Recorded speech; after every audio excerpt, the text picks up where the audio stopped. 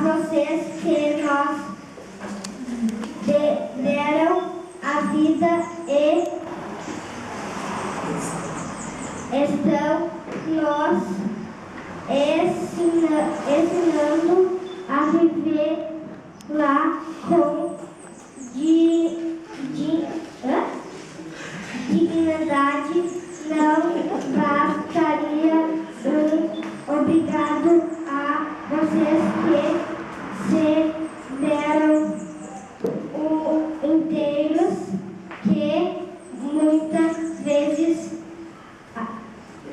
abriram mão dos seus sonhos para que pudéssemos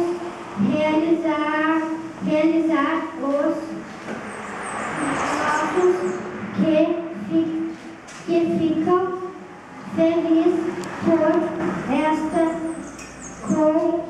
conquista, porque ela o pertence.